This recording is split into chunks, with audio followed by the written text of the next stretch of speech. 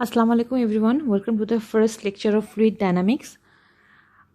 First আমরা introduction দেখব the article 6.1. Fluid kinematics deals with the motion of fluid particles without considering the forces which cause the motion.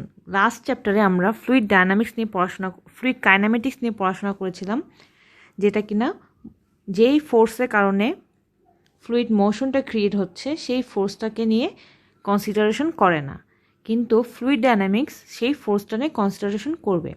So fluid dynamics deals with the motion of the fluid with the force causing the motion. Okay, the three basic equations which describe fluid motion are the equation of continuity based on the principle of conservation of mass. তার মানে fluid মোশনকে describe করার জন্য আমরা তিনটা equation use করি। First equation হলো equation of continuity, যেটা কিনা প্রিন্সিপাল অফ কনজারভেশন অফ মাসের উপর বেসড করে প্রতিপাদন করা হয়েছে। সো কনজারভেশন অফ মাস মানে মাসের সংরক্ষণ সূত্র, মানে মাস চেঞ্জ হবে না। দেন সেকেন্ড ইকুয়েশন হলো equation of energy based on the conservation of energy, তার মানে শক্তি সংরক্ষণ সূত্র, যেখানে শক্তি চেঞ্জ হবে না। আর থার্ড হলো equation of momentum based on the conservation of momentum. Okay, এখন আমরা ইকুয়েশন অফ কন্টিনিউটিটা একটু দেখব। এখানে দুটো ডেফিনেশন আছে, একটা হলো ডিসচার্জ এবং mean velocity. The volume of fluid pass per unit cross section passing per unit time across a section of a conduit is known as discharge or volume of fluid. তার মানে একটা conduit অথবা একটা conduit বলতে এখানে সাধারণত pipe বোঝানো হচ্ছে। সো একটা পাইপের ক্রস সেকশন দিয়ে পার ইউনিট টাইমে যতটুকু পানি ফ্লো করছে সেই পানিটাকে বলছে, সেই পরিমাণটুকুকে বলা হচ্ছে ডিসচার্জ অথবা volume of flow. Okay, it is generally denoted by Q and expressed in meter per second অথবা কিউমেক, তার মানে মিটার পার সেকেন্ডের আরেকটা নাম cumec. Let A be the cross section of area of the conduit. মনে করেন এটি একটি কন্ডুইট এবং এর ক্রস সেকশনাল এরিয়া হলো এ, ঠিক আছে। And V is the cross sectional mean velocity, তার মানে এই পুরো ক্রস সেকশন দিয়ে যে পানিটা ফ্লো করছে বা ফ্লুইড ফ্লো করছে সেটার ভ্যালোসিটি হলো ভি। তাহলে Q is equal to cross sectional area into cross sectional mean velocity is equal to A V. Okay, এটা খুবই ইম্পর্ট্যান্ট একটা সূত্র। সামনে যত আপনি ফ্লুইড রিলেটেড কোর্সগুলো পড়বেন ততই এই ইকুয়েশনটা আপনার কাজে লাগবে। Q is equal to A V, খুবই ইম্পর্ট্যান্ট। সো এটা আমরা দেখলাম একটি পুরা কন্ডুইটের ক্ষেত্রে, যেটা দিয়ে একটি ভেলোসিটি মেনটেন হচ্ছে। যদি একটা কন্ডুইটের বিভিন্ন পার্টে বিভিন্ন ভেলোসিটি থাকে, সেক্ষেত্রে আমাদের ডিরাইভেশনটা কীরকম হবে সেটা একটু দেখব। সো এই ইকুয়েশনের জন্য এ হলো মিটার স্কোয়ার, ভি হলো মিটার পার সেকেন্ড, কিউ হলো metre cube per second. Okay, when a velocity varies over the cross section of a conduit, the mean velocity is obtained as follows. Let V be the velocity of liquid over the elementary area dA. তার মানে পুরা কন্ডুইটের মধ্যে যদি আমরা একটা elementary area choose করি এভাবে, এবং ধরে নিলাম এটার ক্রস সেকশন হলো ডেল এ, এবং তা এইটুক এরিয়াতে যে পানি ফ্লো করছে সেটা ভ্যালোসিটি হলো ভি, ছোট V. And V, capital V, be the mean velocity or average velocity over the entire cross section, এবং ধরে নিলাম পুরা ক্রস সেকশনের জন্য ভ্যালোসিটি হলো V. The discharge del Q through the elementary area del A is given by, তাহলে যেহেতু আমরা এলিমেন্টারি এরিয়াটা কনসিডার করছি, তাহলে এটার জন্য যে কিউ হবে সেটাও ডেল কিউ হবে। Okay, so del Q is equal to V into del A, ঠিক আছে। এখন যদি আমরা এই ইকুয়েশনটাকে ইন্টিগ্রেশন করি, এখানে আমাদের ভ্যারিয়েবল হলো ডেল এ, এজন্য ডেল এ কে আমরা 0 টু a পর্যন্ত লিমিট দেব, দেওয়ার পর এটাকে ইন্টিগ্রেশন করলে আমার অ্যান্সার আসবে v is equal to Q by A is equal to 1/a into V D A, limit হলো 0 থেকে a। সো এটা হলো আমার ডিজায়ার্ড ইকুয়েশন। যদি একটা কন্ডুইটের বিভিন্ন সেকশনে বিভিন্ন পার্টে এরকম বিভিন্ন ভ্যালোসিটি থাকে, সেক্ষেত্রে আমরা এই ইন্টিগ্রেশনের সূত্রটা ইউজ করব। নেক্সট হলো equation of continuity for one dimensional flow. তার মানে কন্টিনিউটি ইকুয়েশন শুধু ওয়ান ডাইমেনশনাল স্টেডি ফ্লোর জন্য কিভাবে ডিরাইভ করব সেটা আমরা এখন দেখব। So consider flow of A fluid between section 1 and 2 of pipe. So ধরে নেন এটা একটি পাইপ এরকম, ঠিক আছে, এবং এটা একটা সেকশন 1 এবং section 2। V1 be the mean velocity and M1 be the mass of fluid entering per unit time, ρ1 be the density and Q1 be the discharge of section 1। তার মানে সেকশন 1 এর জন্য যে প্যারামিটারগুলো আমরা পেলাম সেটা হলো A1, V1, ρ1 মাস ডেন্সিটি এবং Q1, ঠিক আছে। এবং সেম প্যারামিটারগুলো আমরা সেকশন 2 এর জন্য কনসিডার করব। সেক্ষেত্রে হবে কি A2, V2, ρ2 দেন Q2, ঠিক আছে। এখন আমরা জানি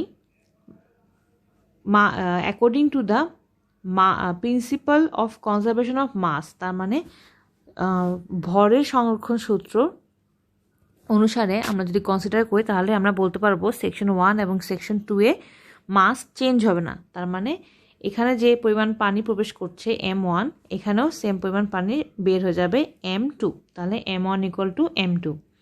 ওকে, since mass is equal to mass density into volume, তার মানে mass is equal to mass density into volume. তাহলে আমরা জানি মাস ডেন্সিটি হলো রো এবং ভলিউম হলো কিউ, মানে কতটুকু পানি ওখানে বিদ্যমান আছে। সো P1, তাহলে আমার M ইকুয়াল টু আমি লিখবো ρ1 into Q1 is equal to ρ2 into Q2।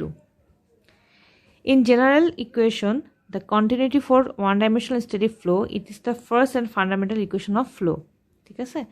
In incompressible fluid, মানে ফ্লুইড যদি ইনকম্প্রেসিবল হয়, যেটাকে আমরা কম্প্রেস করতে পারি না, সেক্ষেত্রে ρ1 ইজ ইকুয়াল টু ρ2 হবে, তার মানে মাস ডেন্সিটি ইকুয়াল হবে। তাহলে ρ1 ρ2 কাটাকাটি চলে যাবে এবং আমরা পাবো Q1 is equal two Q2, এবং আমরা এর আগের ইকুয়েশনে পড়েছি Q is equal two AV, তাহলে Q1 হবে A1 V1 এবং Q2 হবে A2 V2। যেহেতু Q1 is equal two Q2, so A1 V1 is equal to A2 V2। এটা অনেক ইম্পর্টেন্ট একটা ইকুয়েশন, এটা দিয়ে আমরা কিছু ম্যাথ সলভ করব। এখন দ্য কন্টিনিউটি ইকুয়েশন কোন ক্ষেত্রে অ্যাপ্লিকেবল? আমরা সব ক্ষেত্রে কন্টিনিউটি ইকুয়েশনটা অ্যাপ্লাই করতে পারবো না। 3টা কন্ডিশন আমাদেরকে ফলো করতে হবে। একটা হলো দ্য ফ্লো ইজ স্টেডি, তার মানে ফ্লোকে অবশ্যই স্টেডি হতে হবে। দ্য ডেন্সিটি ইজ কনস্ট্যান্ট, যে ডেন্সিটি আমরা দেখলাম আমরা ρ1 ইকুয়াল টু ρ2 করেছিলাম, তার মানে মাস ডেন্সিটি ওখানে কনস্ট্যান্ট ছিল। The flow is one dimensional, তার মানে ফ্লো শুধু একটা ডাইমেনশনাল হতে হবে, মাল্টি ডাইমেনশনাল হওয়া যাবে না। এখন আমরা একটা সিম্পল প্রবলেম সলভ করব। প্রবলেম 6.1, এখানে বলা হয়েছে যে the water is flowing through a pipe of 10 centimetre, okay, in diameter, তার মানে যে পাইপ দিয়ে পানি প্রবাহিত হচ্ছে সেটা হলো 10 centimetre in diameter, with an average velocity of 10 metre per second. Computer discharge in litre per second, তার মানে কিউ এর মান বের করতে হবে। কিউ হলো আমাদের discharge. Determine the velocity at the end of the pipe, okay, তার মানে আমার পাইপ যদি এরকম হয় এবং এখানে আমার ভ্যালোসিটি যদি 10 মিটার পার সেকেন্ড হয়, তাহলে এন্ড অফ দ্য পাইপে আমার ভ্যালোসিটি কত হবে সেটা বের করতে পৌঁছে। তার মানে V1 যদি 10 মিটার পার সেকেন্ড হয়, V2 is equal two what? Okay, if the diameter of the pipe changes to 20 centimetre, তার মানে দেখেন প্রথমে পাইপের ডায়ামিটার ছিল 10 সেন্টিমিটার, দেখা যাচ্ছে এখানে একটু ছোট, এখানে একটু বড়, তার মানে ধরে নেওয়া যায় এটা 10 সেন্টিমিটার এবং এটা 20 সেন্টিমিটার। ওকে, সো আমরা জানি ফার্স্টে আননোন হলো কিউ, তো Q is equal to A V. ঠিক আছে, এ মানে এরিয়া, যেহেতু এটা পাইপ তার মানে এটা সার্কুলার, জিওমেট্রিক্যালি সার্কুলার, এবং সার্কুলার সেকশনের এরিয়া হলো পাই ডি স্কোয়ার। ওকে, এরিয়া, তাহলে এক্ষেত্রে আমার পাই ডি এর মান বলা আছে 10 সেন্টিমিটার, তাহলে 10/100 আমরা মিটারে কনভার্ট করলাম, হোল স্কোয়ার, সেটাই হলো এখানে করা হয়েছে। ঠিক আছে, করে অ্যান্সার বের করা হয়েছে 0.07854 মিটার কিউব পার সেকেন্ড। ঠিক আছে, এখন আমাদের কোশ্চেনে বলা হয়েছে যে তারা অ্যান্সারটা লিটার পার সেকেন্ডে চায়, তো metre cube is equal to 1000 litre, এটা মনে রাখতে হবে। ঠিক আছে, তার মানে এই পুরা মানটাকে আমরা যদি 1000 দিয়ে গুণ করে দিই তাহলে আমরা অ্যান্সার লিটারে পেয়ে যাব 78.54 লিটার পার সেকেন্ড। ঠিক আছে, এটা হলো আমাদের ম্যাথের ফার্স্ট সেকশন ছিল।